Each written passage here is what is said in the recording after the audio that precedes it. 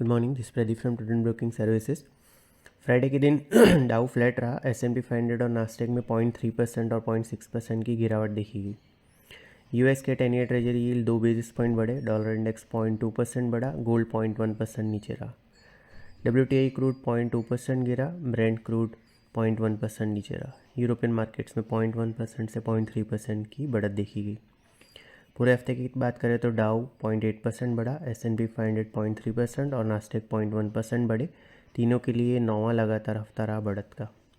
पूरे साल की बात करें तो डाउ 14%, S&P 500 24% और नास्टेक 43% ऊपर रहे। हमारे मार्केट में दोनों में इंडाइसेस 1/5% नीचे बंद हुए। 5 दिन की लगातार बढ़त को इन्होंने ब्रेक किया। सेंसेक्स 170 पॉइंट्स गिर के 7240 पे, निफ्टी 47 पॉइंट्स गिर के 21731 पे क्लोज हुआ। निफ्टी के मिड कैप और स्मॉल कैप इंडाइसेस हालांकि 0.8% और 0.6% बढ़े। निफ्टी के ऑटो और FMCG इंडाइसेस 1.1% और 0.8% बढ़े, जबकि ऑयल एंड गैस और PSU बैंक इंडाइसेस सबसे ज़्यादा 1% और 0.6% नीचे रहे।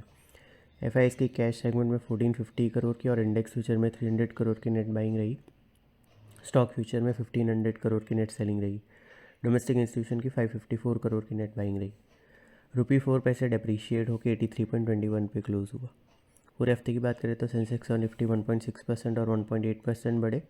पूरे महीने की बात करें तो सेंसेक्स 7.8% और निफ्टी 7.9% ऊपर रहे। ये इनका जुलाई 2022 के बाद का बिगेस्ट मंथली गेन रहा। कैलेंडर 23 की बात करें तो सेंसेक्स और निफ्टी 18.7% और 20% बढ़े और ये इनका 8वां लगातार साल रहा बढ़त का। आज गिफ्ट निफ्टी करीबन 75 पॉइंट्स लोअर ओपनिंग सजेस्ट कर रहा है। फ्राइडे को हमने बताया था कि 22,000 नेक्स्ट अपसाइड टारगेट है और लॉन्ग पोजीशन को 21,475 के स्टॉप लॉस से होल्ड करना चाहिए।